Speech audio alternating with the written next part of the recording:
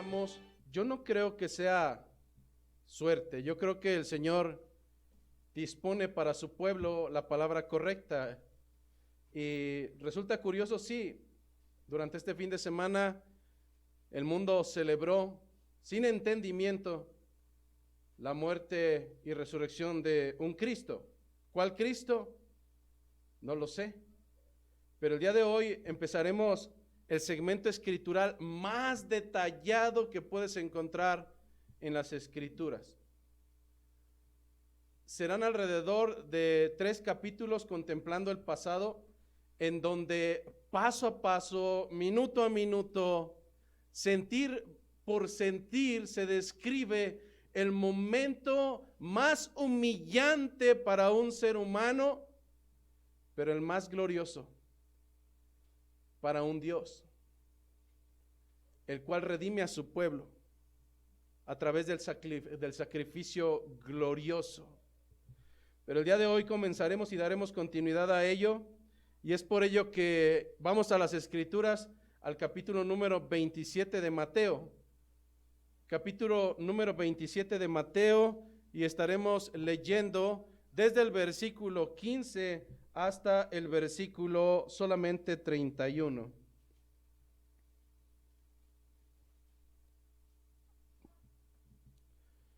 Libro de Mateo, capítulo número 27, desde el versículo 15 al versículo 31. Y dicen las Escrituras en esta mañana: ahora bien, en el día de la fiesta, acostumbraba el gobernador soltar al pueblo un preso, el que quisiesen. Y tenían entonces un preso famoso llamado Barrabás. Reunidos pues ellos, hablando acerca de los ancianos y de aquellos que estaban en contra de Jesucristo, les dijo Pilato: ¿a quién queréis que os suelte? ¿A Barrabás o a Jesús, llamado el Cristo? Porque sabía que por envidia le habían entregado. Y estando él sentado en el tribunal, su mujer le mandó decir: no tengas nada que ver con ese justo, porque hoy he padecido mucho en sueños por causa de él. Pero los principales sacerdotes y los ancianos persuadieron a la multitud que pidiese a Barrabás y que Jesús fuese muerto. Y respondiendo el gobernador les dijo: ¿a cuál de los dos queréis que os suelte? Y ellos dijeron: a Barrabás. Pilato les dijo: ¿qué pues haré de Jesús, llamado el Cristo? Todos le dijeron: sea crucificado. Y el gobernador les dijo: pues, ¿qué mal ha hecho? Pero ellos gritaban aún más diciendo: sea crucificado. Viendo Pilato que nada adelantaba, sino que se hacía más alboroto, tomó agua y se lavó las manos delante del pueblo, diciendo: inocente soy de la sangre de este justo, allá vosotros. Y respondiendo todo el pueblo dijo: su sangre sea sobre nosotros y sobre nuestros hijos. Entonces le soltó a Barrabás, y habiendo azotado a Jesús, le entregó para ser crucificado.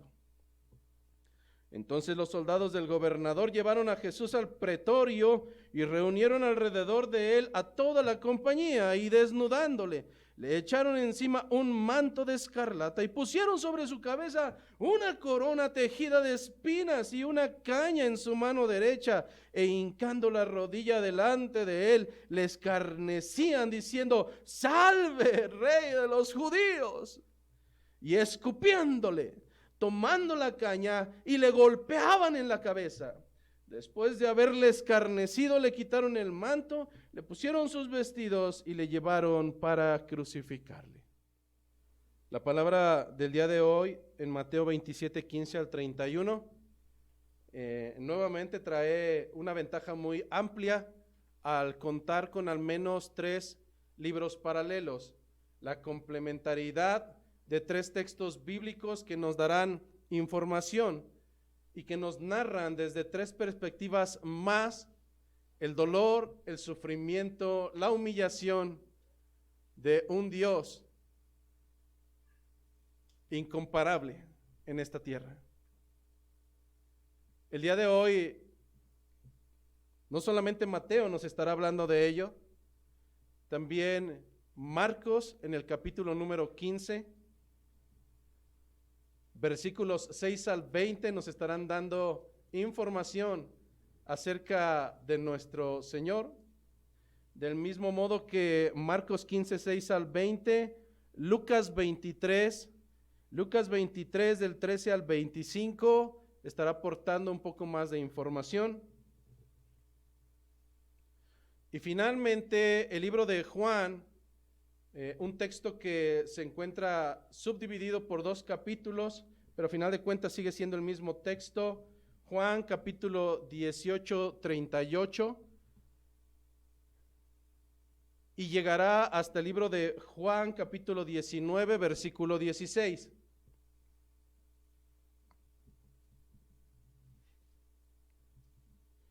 En esta mañana quiero empezar con una historia, la verdad es que no sé si sea verídica, pero creo que trae una ejemplificación muy clara de lo que ha sucedido a lo largo de esta semana. Algunos científicos en algún momento quisieron ver cuál era el comportamiento de algunos simios en cuanto a la reprensión y el castigo. Y entonces este grupo de científicos tomó a 5 simios, los metió dentro de un cubo de cristal, es decir, un cuarto, para poder percibir cuál era su comportamiento.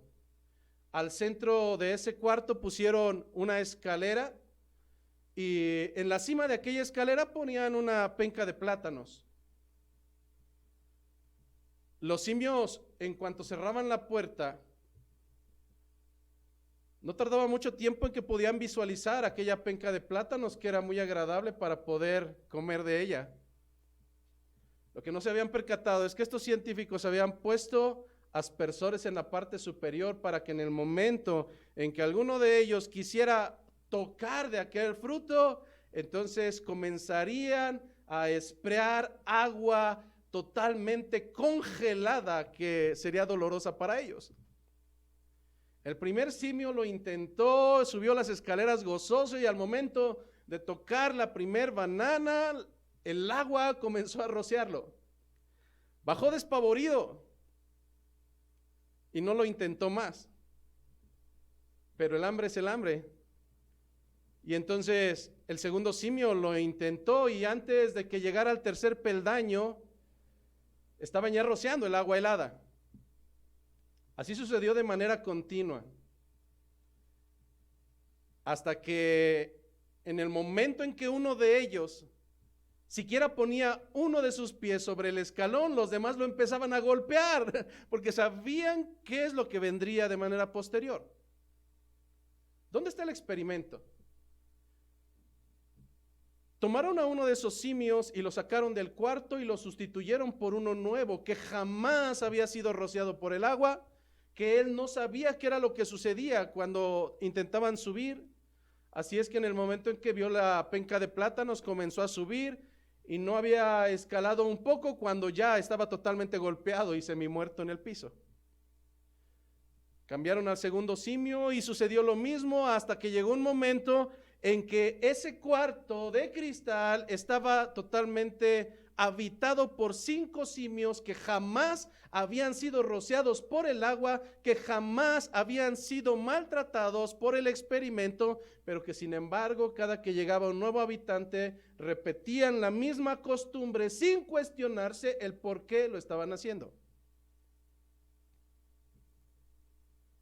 A lo largo de esta última semana, millones y millones y millones de personas comenzaron a celebrar algo que en sus pensamientos no comprenden, la Semana Mayor, la Semana Santa.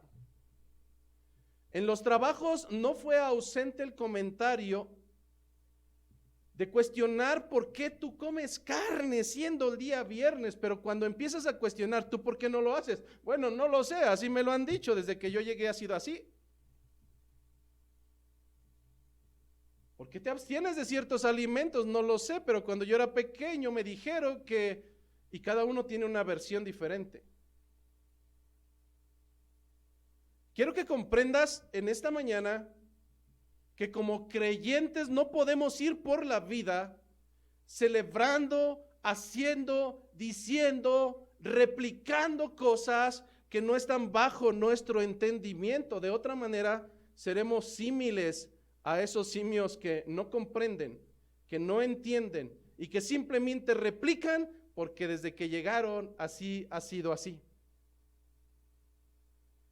Y por cuanto pretendo que al menos en esta iglesia local no lo sea de esa manera, es necesario que empecemos a escudriñar. Algunos pensarán, hermano, llevamos 2 años y medio escudriñando el libro de Mateo. ¿No se le hace demasiado? Se me hace poco. Te puedo asegurar que pudiéramos tener 30 años dedicados día y noche a escudriñar el solo evangelio de Jesucristo una y otra vez y comprenderíamos al menos un 1% de lo que el Señor tiene como revelación para cada uno de nosotros. ¿Cómo es que puedes darte cuenta de eso? Hay una sencilla razón. Cuando lees y lees y lees y lees y puedes repetir, pero no puedes vivir, entonces no has comprendido el fundamento.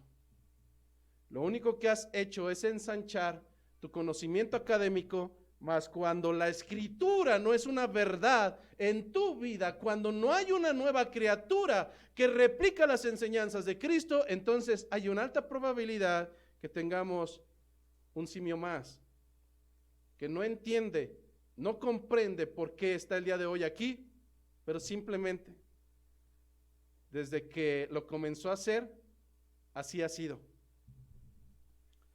Las escrituras el día de hoy nos empiezan a narrar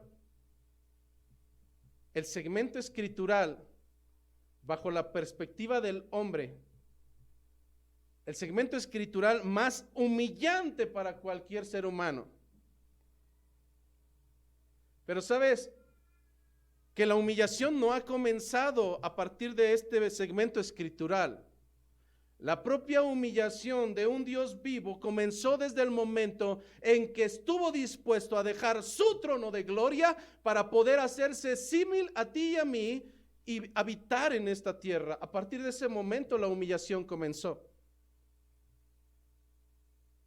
Pero quiero que comprendas en esta mañana que la semana mayor no es una semana en la cual voy a aprovechar mis vacaciones para poder dar rienda suelta a mis deleites, a mi carnalidad. Si bien no puedo quitar un calendario que me rige, entonces tengo que vivirlo de acuerdo al conocimiento, el pensamiento y las intenciones correctas. ¿Es malo celebrar la muerte y resurrección del Señor? Absolutamente no. Lo hacemos todos los domingos, lo hacemos durante la cena del Señor. El problema radica en que, tal como lo dice el apóstol Pablo en el libro de los Corintios, cada que recordamos la cena del Señor es que lo hagas sin conciencia, que lo hagas indignamente, que lo hagas sin discernir el cuerpo y la sangre del Señor. Quiero que comiences a comprender que esto, si bien es una religión, debe de ser una religión totalmente consciente. ¿Es mala la emocionalidad? No, pero lo malo es lo que sucede con las personas que más adelante vamos a ver, que se dejan ir con la misma corriente del mundo sin comprender absolutamente nada de lo que están haciendo. La historia comienza en un día muy peculiar, el festejo del pueblo judío en la Pascua, bajo los judíos conocido como la Pesaj. Ellos se habían reunido de diferentes lugares de las regiones circundantes a Jerusalén y ahora congregaban en la ciudad santa para poder celebrar y conmemorar la libertad, la misericordia de Dios para cada uno de ellos desde la antigüedad, cuando con mano fuerte les libró del corazón endurecido de un faraón, el cual a ciencia cierta y abiertamente era un enemigo del Dios viviente. De la misma manera en que ellos conmemoraban esto, probablemente habían adquirido una práctica en conmemoración de ellos, dentro de la cual, recordando la libertad de Dios para con un pueblo que no lo merecía, entonces ahora ellos cada día de la Pascua hacían algo muy similar. Pedían a los gobernantes que les liberaran a alguien que no lo merecía. Nos comienzan a narrar las escrituras que en ese día que se acostumbraba que el gobernador soltara a un preso al que ellos quisieran, las escrituras nos narran hoy que había dos opciones. Por un lado, se tenía entonces a un preso famoso llamado Barrabás. Y entonces reunido el pueblo, abanderados por los líderes religiosos, se presentaron delante de Pilato mientras él les preguntaba: ¿a quién quieres que os suelte? ¿A Barrabás o a Jesús llamado el Cristo? Solamente hay dos opciones. Por un lado tenemos a este hombre Barrabás. ¿Quién es Barrabás? De acuerdo a Marcos 15:7, estamos delante de un hombre que fue preso no solamente por sedición o por causar revueltas en contra del gobierno romano, que eso de por sí era grave. Él y aquellos que le habían acompañado estaban en la cárcel por rebelión en contra del gobierno romano, pero además porque en esa revuelta habían cometido homicidio. Tenemos la primera opción a poder libertar a un hombre que tiene toda la culpabilidad en flagrancia delante de sus opresores. Darle libertad a este hombre sería la cosa más ridícula, tonta, ilógica, fuera de razón. Pero tenemos la opción número uno. Mientras a Jesucristo le tachaban de revoltoso, realmente este hombre Barrabás lo era. Y estaba en cárcel por ello, a causa de ello. Por otro lado tenemos la opción número dos. ¿A quién quieres que os liberte? Por un lado tengo a Barrabás y por otro lado tengo a Jesucristo, el cual es llamado el Cristo. La palabra Cristo es una traducción del hebreo o del original Meshiach. Cristo, proveniente del latín, es la similitud de el Mesías, que significa el ungido, el escogido, el elegido de Dios. Así es que racionalmente la elección es lógica. Y te preguntaría a ti sin que me contestes, si te dieran la oportunidad de libertad a cualquiera de los dos, ¿a quién eliges? Por un lado tenemos a un asesino, a un revoltoso, a alguien que ha quitado la vida a alguien más con sus propias manos. O tenemos a la segunda opción, al elegido de Dios, al que a lo largo de estos 3 años ha sanado, ha causado milagros, ha restituido la vista, ha expulsado a demonios. ¿A quién quieres que te liberte? ¿Al elegido de Dios o al asesino? Históricamente recordamos que 5 días antes al menos todo el mundo le aplaudía gritando: ¡Hosana! ¡Hosana al Hijo de David! Cuando este profeta Galileo entraba en la ciudad santa. Aunque la respuesta es lógica, el mismo Pilato se alcanza a identificar que hay un motivo sumamente visible y claro del por qué estos hombres religiosos quieren enjuiciar a Jesucristo y causar su muerte. El propio Pilato identifica que por parte de los principales y los ancianos de Israel había un pecado grande. Pero la pregunta es, ¿acaso un líder religioso no debería de hacer aquel que dirige al pueblo hacia la misericordia, hacia la voluntad, hacia los propósitos de Dios. Mas cuando el pecado entra en el corazón del hombre, aún el siervo de Dios más firme se puede descarriar para buscar incluso la muerte de un justo. Pilatos identifica que en estos hombres que debieran ser la voz y la dirección de Dios para el pueblo de Israel, se encontraba un corazón totalmente plagado de envidia acerca de la persona de Jesús. El mismo texto de Mateo nos dice que Pilato, versículo 18, sabía que por envidia le habían entregado. Cuando en un diccionario buscamos la palabra envidia, es sumamente curiosa. Nos dice que es un sentimiento o de tristeza o de ira. Es un sentimiento de tristeza o de enojo que experimenta una persona que no tiene o que desearía tener para sí lo que otra posee.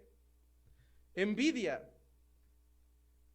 sentimiento de tristeza o sentimiento de enojo y de total ira por desear y no tener lo que otro más tiene y desearía poseer.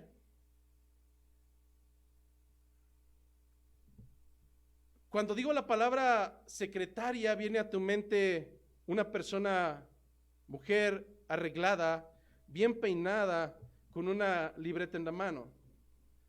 Cuando digo albañil, probablemente lo que viene a tu mente es una persona con manos sumamente toscas,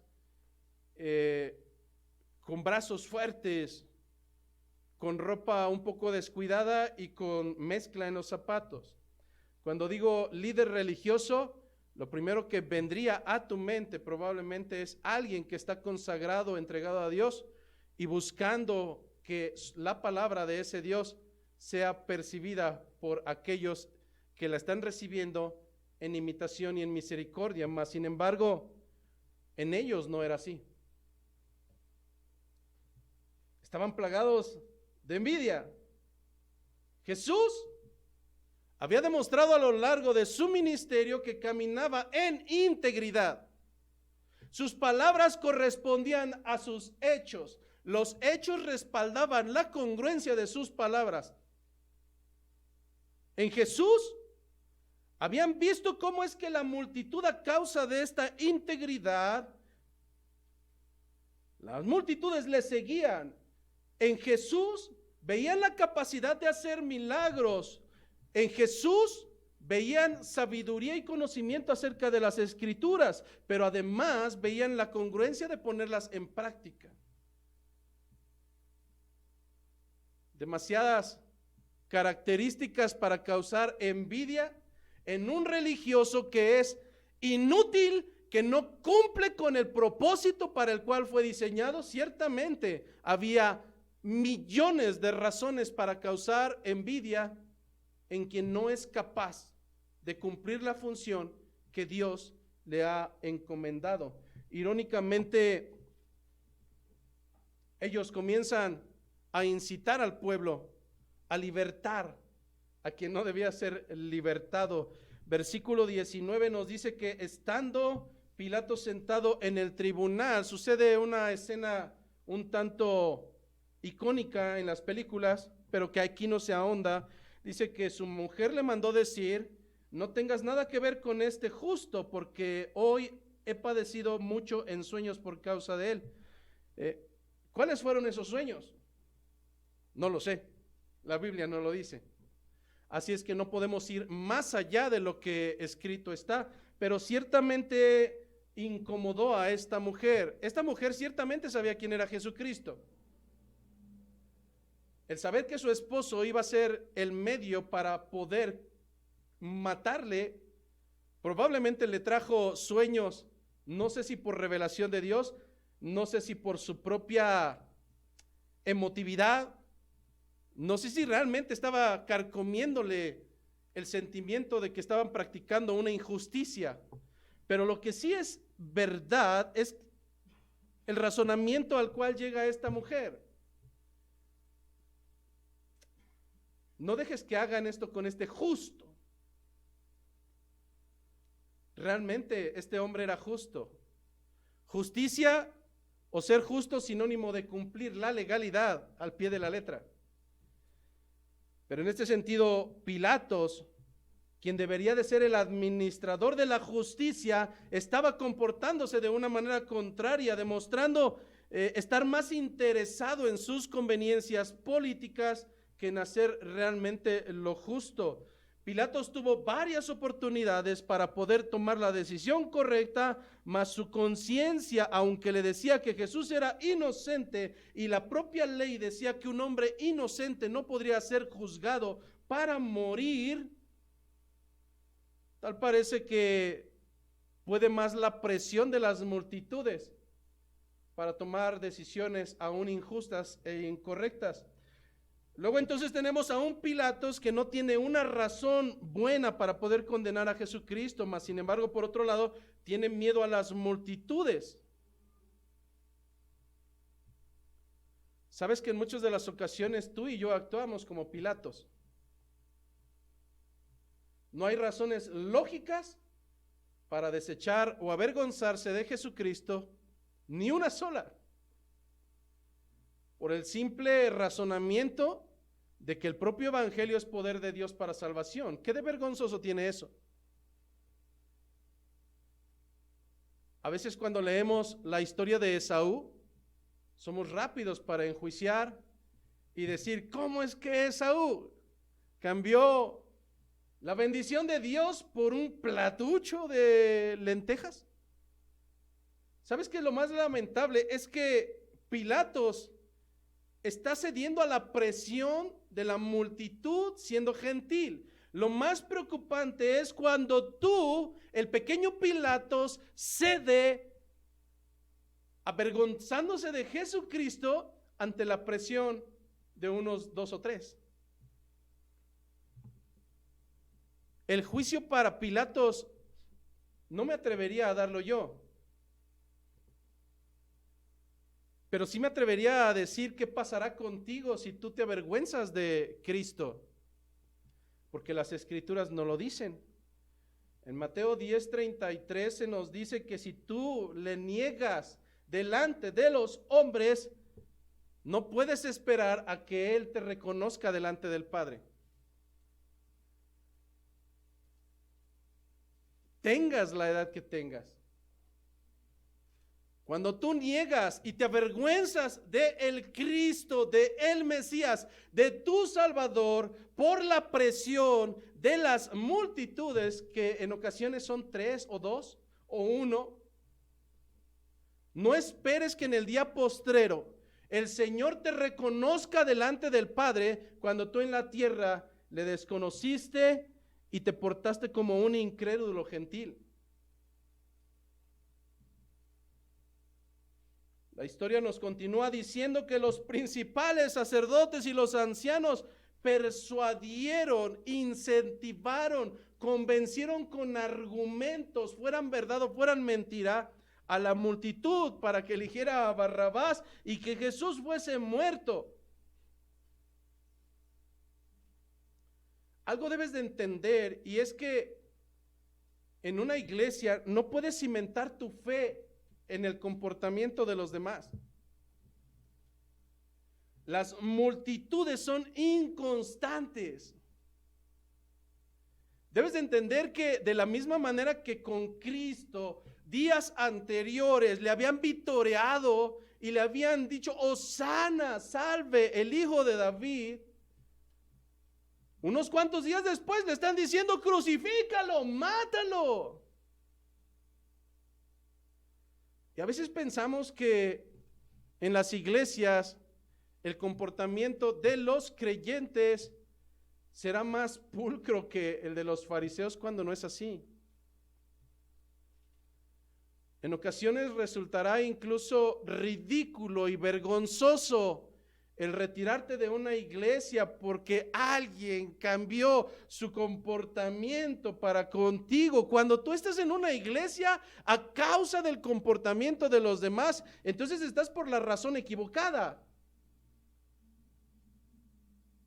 O buscas ahora el favor de los hombres o buscas ahora el favor de Dios. Mas si tú buscas el favor de los hombres, entonces eres una burla de discípulo de Jesucristo.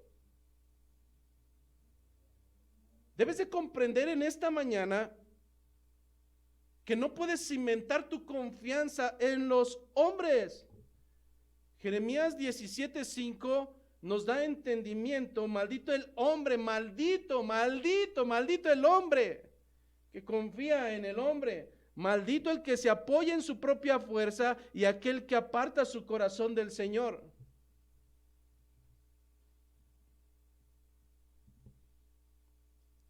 ¿Pensarías que acaso Jesucristo no sabía que estos hombres que le estaban glorificando con sus palabras, acaso no sabría que él mismo siendo Dios, unos días después le gritarían, pero ahora para muerte? Así es. Los seres humanos somos cambiantes. Hoy puedo acercarme tal vez contigo y decirte, hermano, te amo con todo mi corazón, y al día siguiente haces de las tuyas y no voy a querer verte. Probablemente un día soy sumamente efusivo, mi esposa lo sabe, pero hay otros días que me dice, traes una cara de muerto. Porque somos cambiantes.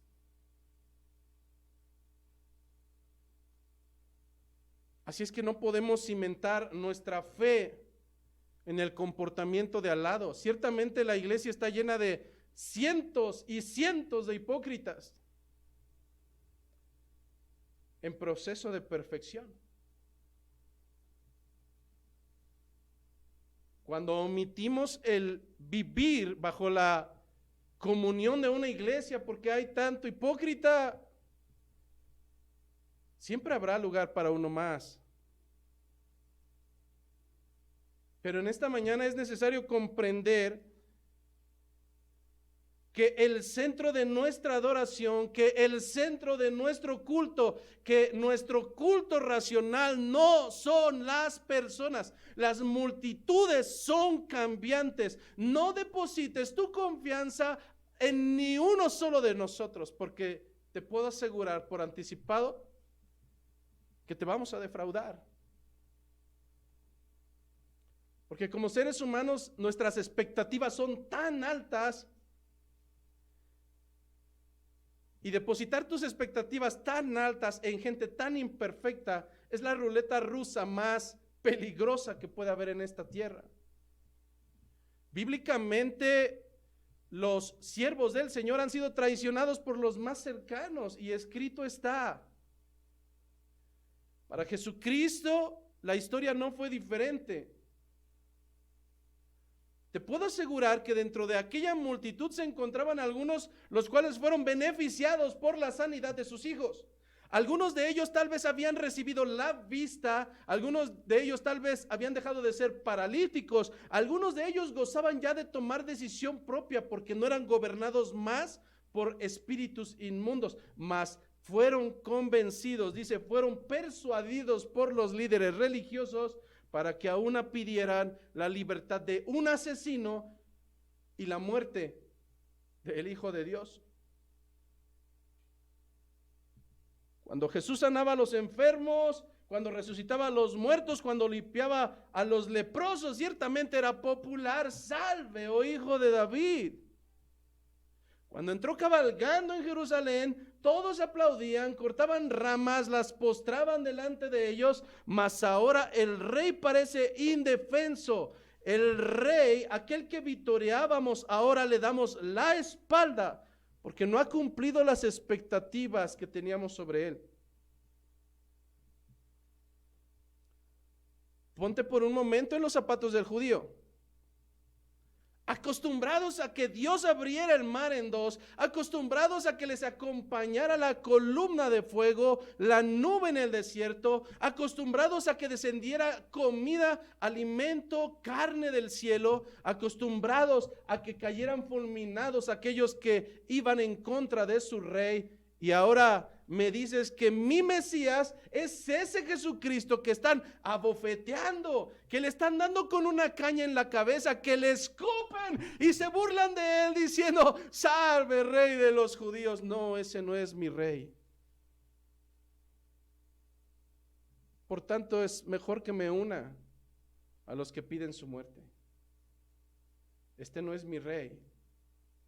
Este no puede ser mi rey. En mi mente de judío, mi rey tiene que bajar sobre un carruaje prendido en fuego. Mi rey debería de cercenar a cada uno de aquellos que se interpone para tenernos en esclavitud. Mi rey debería de ser poderoso. Y ahora me dices que tú eres ese rey Mesías que vendría a libertarme. No, prefiero ir en tu contra. Liberten a Barrabás, liberten al asesino y maten y crucifiquen a ese Jesucristo, el Hijo de Dios. Pudiéramos entrar nuevamente en juicio, pero ¿acaso no es la misma actitud que tenemos con Cristo en nuestros días de hoy? Jesucristo te amo, Jesucristo te adoro, Jesucristo eres soberano, Jesucristo eres el dueño de mi vida, Jesucristo eres mi Señor, eres mi Rey. Jesucristo, te detesto porque no permitiste que entrara a la universidad. Jesucristo, te detesto porque no hiciste conforme a lo que yo anhelaba. Jesucristo, no me has quitado esta enfermedad. Jesucristo, no te acoplas a mis pensamientos. No estamos muy distantes a la actitud cambiante de un judío. ¿Qué pasa cuando empieza tu decaimiento? Jesucristo, hoy no tengo ganas de ir a tu culto. ¿Qué pasa cuando alguien no te saludó? Jesucristo, ¿por qué permitiste que no me saludaran? Jesucristo, ¿por qué permites que no tenga dinero para irme en autobús? Jesucristo. ¿Te das cuenta cómo el corazón perverso no ha cambiado? Y cualquier justificación barata es válida para hacer a un lado a nuestro Rey, a nuestro Señor. Promulgamos la sabiduría de Dios. Y promulgamos que Dios es soberano y que hace como a Él quiere y cuando Él quiere, porque Él es Dios. Pero en el momento en que empieza a transgredir los anhelos perversos de mi corazón, entonces no estoy de acuerdo con su soberanía. Debes de entender en esta mañana que el Rey de Reyes, el Señor de Señores, es Dios, es el principio y es el final. Y que no es un mago, y que no es un agorero, y que no es un psicólogo, no.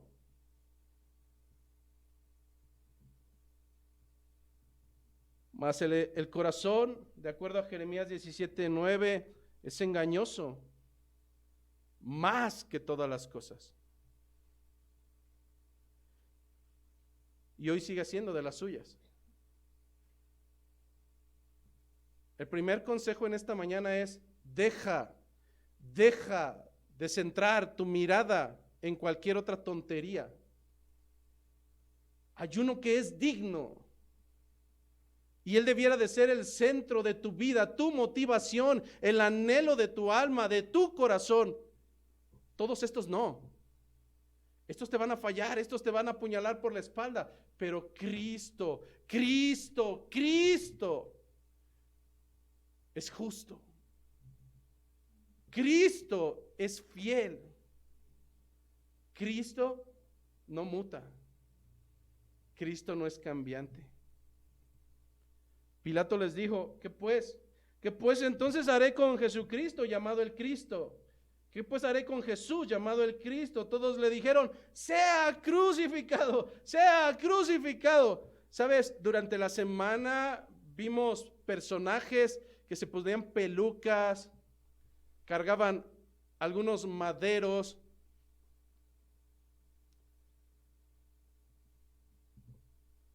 En simulación fueron crucificados. Te puedo asegurar que hoy en esta mañana algunos de ellos están adulterando con una mujer que no es su esposa. Te puedo asegurar que varios de ellos hoy están, después de haber jurado durante varias semanas, hoy están semimuertos en alcohol, porque no hay una comprensión acerca de este sacrificio.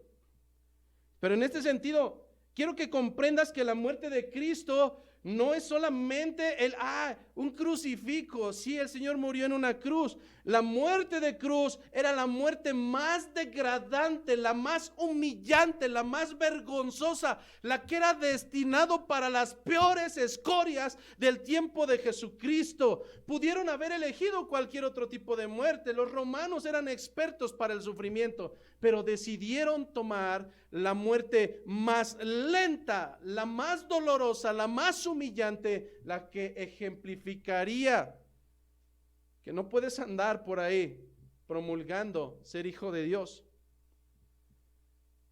Cuando se habla acerca de la muerte de cruz, imagínate desangrarte, pero no como si cortaras la aorta o como si cortaras la tráquea, que puede ser en unos segundos y te desangras, no.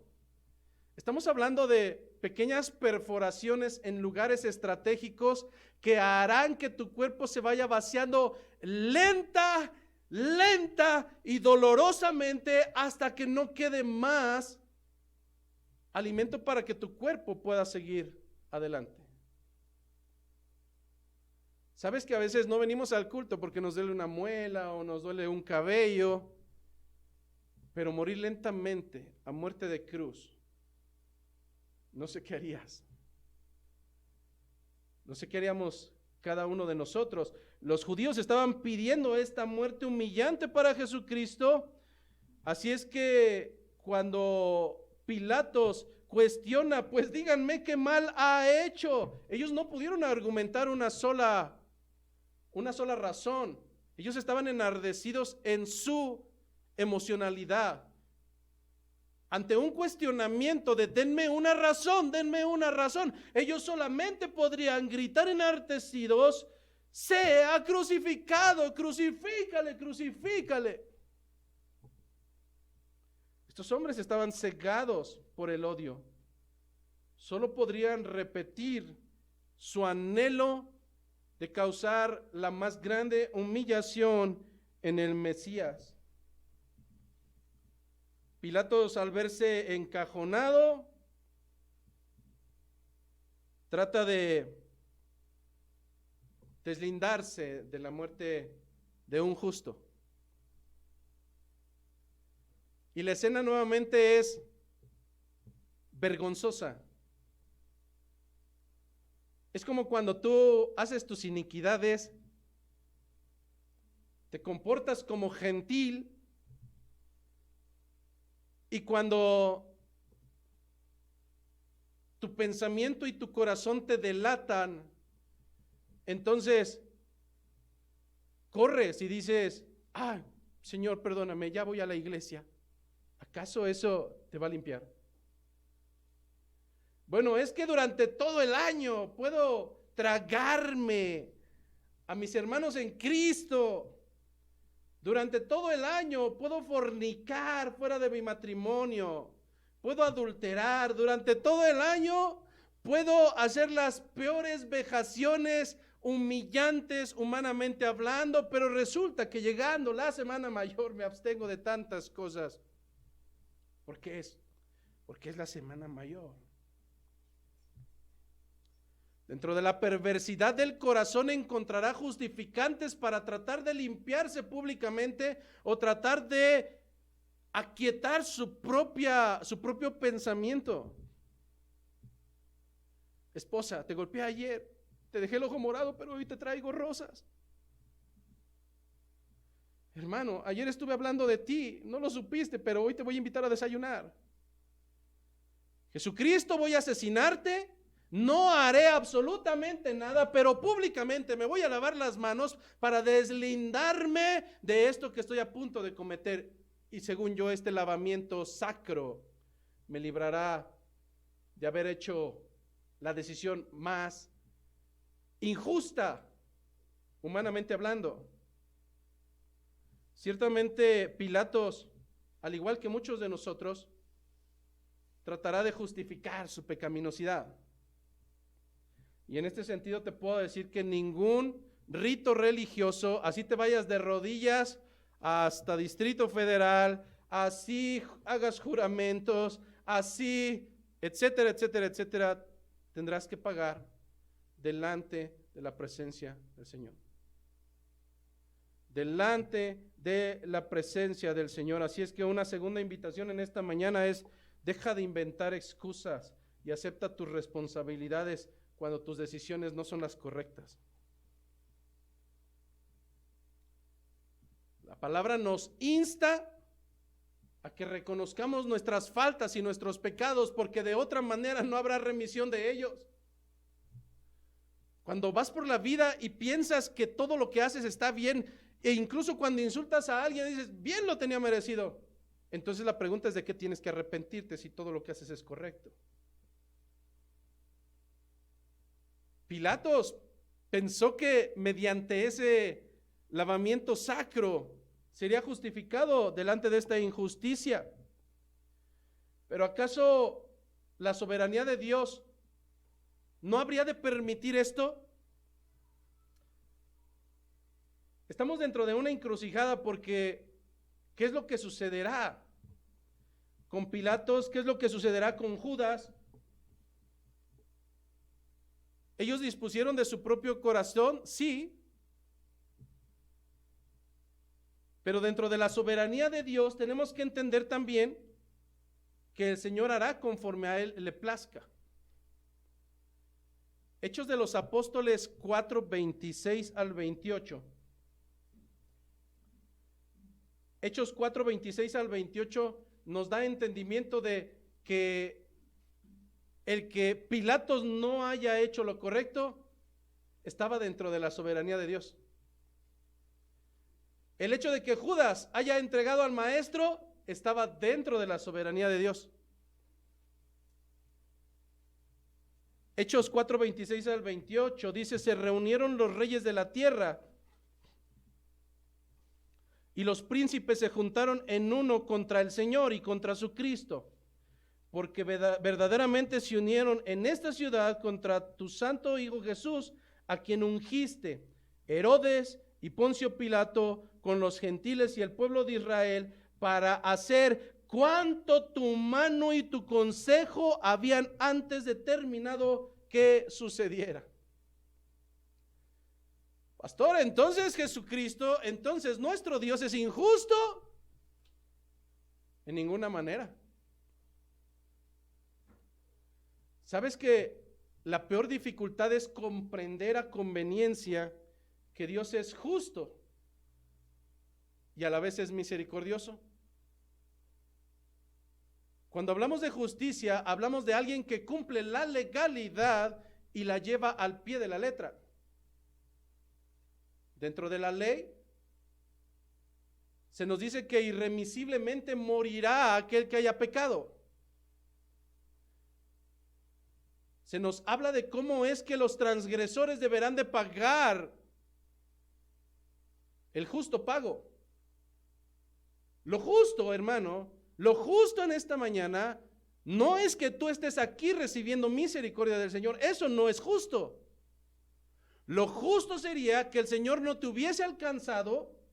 Lo justo hubiese sido que hubieses pagado por tus faltas. Lo justo hubiese sido que como transgresor al final de tus días hubieses pagado con el infierno. Eso es lo justo delante de la ley de Dios. ¿Comienzas a entender el sacrificio? Cuando a mi hijo le digo, Raúl, Tienes que hacer esto y esto y esto. ¿Estás de acuerdo? Sí. Y si no lo haces, habrá esto. ¿Sabes que cuando Raúl transgreda los lineamientos y le toque esto, en ningún modo seré injusto, porque había una legalidad y un acuerdo el cual cumplir? Delante de la justicia de Dios, tú y yo, lo justo sería que deberíamos de pagar nuestras faltas. No, lo justo no debió de haber sido que Jesucristo tomara tus faltas y las mías y las llevara a esa cruz. Comienzas a entender la Semana Mayor, comienzas a entender el significado de una transgresión justificada por la sangre de un cordero perfecto. No es una semana para dejar de comer carne. No es una semana para actuar en hipocresía. No es una semana para gozar en mi carnalidad e irme a una playa. No es una semana para empezar a meditar. Nuestro corazón debe meditar día y noche acerca de la misericordia que se gestó en medio de la justicia de Dios. Lo justo debió de haber sido que el transgresor pagara. Barrabás debió de haber estado en esa cárcel. La misericordia fue que lo libertaron. Pero, pequeño Barrabás, no estás muy lejano al que hemos descrito hoy. Como transgresor, debiste de haber pagado tus faltas. Eso era lo justo. Y nadie hubiera dicho nada, porque bien que lo tenemos ganado. Pero la misericordia del Señor,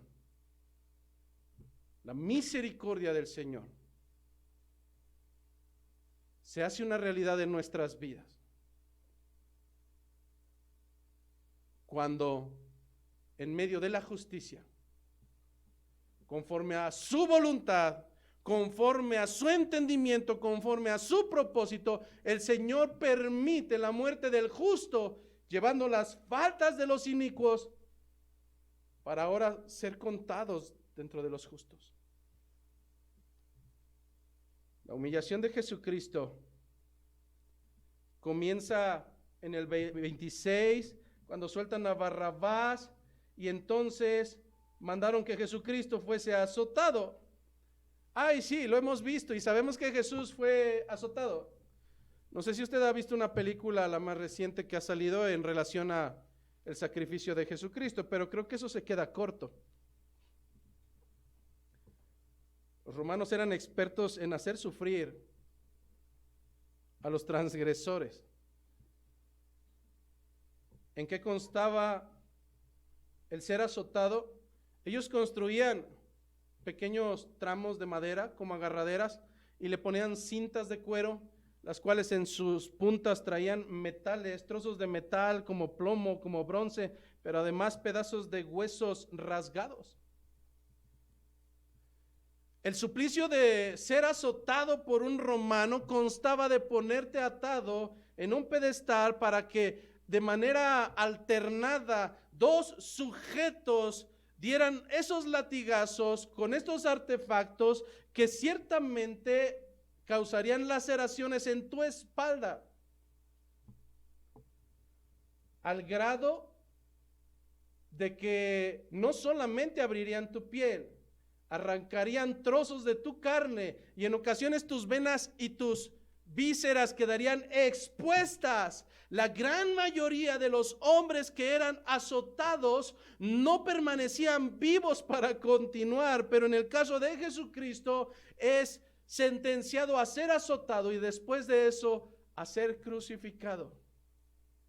Siendo Dios, siendo totalmente Dios, siendo totalmente hombre, Jesucristo pudo haber mandado que una legión de ángeles le libertaran de ese momento. ¿Acaso un rey debe pasar por esos momentos? Absolutamente no. ¿Por qué no lo hizo? ¿Por qué no lo hizo? Por ti.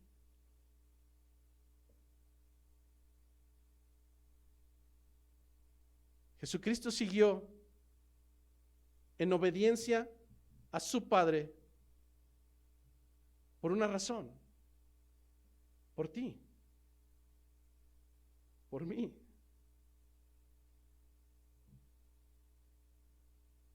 para llevar nuestras faltas. Eso es lo que dice Isaías 53:1. ¿Quién ha creído a nuestro anuncio? Y sobre quién se ha manifestado el brazo de Jehová. Subirá cual renuevo delante de él, y como raíz de tierra seca, no hay parecer en él ni hermosura. Le veremos, mas sin atractivo, para que le deseemos. Despreciado y desechado entre los hombres, varón de dolores, experimentado en quebranto, y como que escondimos de él el rostro, fue menospreciado y no lo estimamos. Ciertamente, aquí viene la razón, ciertamente llevó él nuestras enfermedades y sufrió nuestros dolores, y nosotros le tuvimos por azotado, por herido de Dios y abatido. Es decir, lo merecía desde nuestra perspectiva. Mas él herido fue por nuestras rebeliones, molido por nuestros pecados. El castigo de nuestra paz fue sobre él, y por su llaga fuimos nosotros curados. No está hablando del COVID. Está hablando de tu enfermedad espiritual que te tendría alejado delante de un Dios que es santo, que es santo, que es santo. ¿Siendo acaso inmundo pretenderías estar delante de él? No sería posible. Entonces, los soldados le llevaron delante del pretorio y reunieron a toda una compañía, es decir, un promedio de 200 soldados. Un promedio de 200 soldados que después de tener su carne expuesta, le pusieron un manto. El dolor continúa. ¿Cuántas veces has ido a nadar y por el sol no consientes la playera? No te estoy hablando de las agresiones del sol en la piel, te estoy hablando de que el Señor estaba mutilado en su espalda. Estoy hablando de la carne viva floreciente, y estos hombres le ponen en sinónimo de burla un manto escarlata. Sobre su cabeza tejieron una corona de espinas, y una caña pusieron en su mano derecha, e hincados delante de él se burlaban diciendo: salve, rey de los judíos. Le escupían y tomaban una caña y le golpeaban la cabeza. Después de haberse burlado hasta cuando pudieron tener llenura, le quitaron el manto, le pusieron sus vestiduras y le llevaron, porque entonces estaba listo ahora para crucificarle.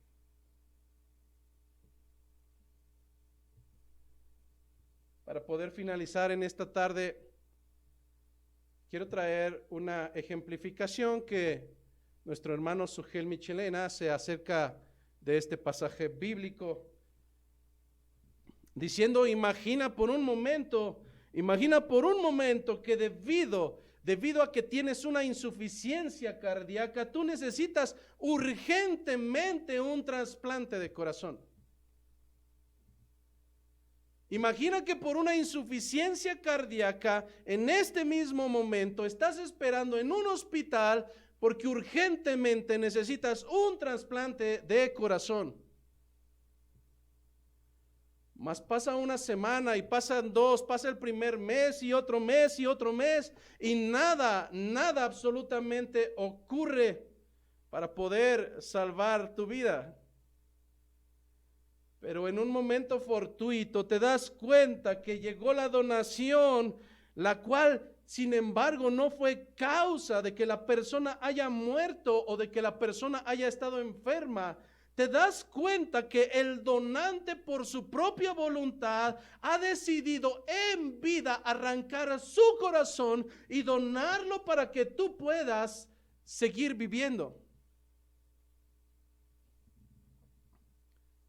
Mas el escenario aún empeora, porque te das cuenta que ese donante no es alguien por quien sintieras afecto, sino por el contrario, es alguien a quien naturalmente detestabas y del cual eras totalmente enemigo por las transgresiones que causabas delante de él. Se trata de alguien que totalmente aborrecías. Mas esta persona, voluntariamente, aún con todo el odio que tuvieras en contra de él, escogió morir voluntariamente para poderte dar vida. ante una escena humana tan exagerada, te puedo asegurar que deberías de estar totalmente agradecido con aquel hombre. Que el resto de tus días no pararías de estar interesado en acerca de aquel hombre, acerca de su vida, acerca de su proceder y de los motivos por los cuales, movido a misericordia, te dio lo más preciado para que tuvieras vida. El ejemplo es burlesco, hermanos, y para nada pudiera asemejarse a la altura de Jesucristo. Sin embargo, si humanamente estuviésemos agradecidos con una persona que nos da vida terrenal, esto es lo que debería de suceder naturalmente con cualquier creyente que comprende la misericordia que habría de gestarse en esa cruz. Porque tú y yo estábamos muertos en nuestros delitos y pecados. Porque tú y yo éramos como aquel montón de huesos muertos que es narrado en Ezequiel. Porque tú y yo caminábamos sin Dios, sin luz y sin esperanza. Pero un día fortuito para ti y para mí, la misericordia de Dios se gestó en nuestras vidas. No porque nosotros lo anheláramos. Dice la Escritura que Él nos amó primero. Y fue tanto su amor, fue tanto el amor de Dios, que dio a su Hijo unigénito, para que todo aquel que en Él crea no se pierda, mas tenga vida eterna. La semana mayor, la semana santa, promulgada así por los gentiles, tiene un fundamento, y es la historia de amor más grandiosa que podrá haber sobre esta tierra. Seguramente muchos de nosotros te amaremos por lo que aparentas, pero Dios, que conoce tu corazón y escudriña lo más profundo de tu ser, sabe de dónde provienes.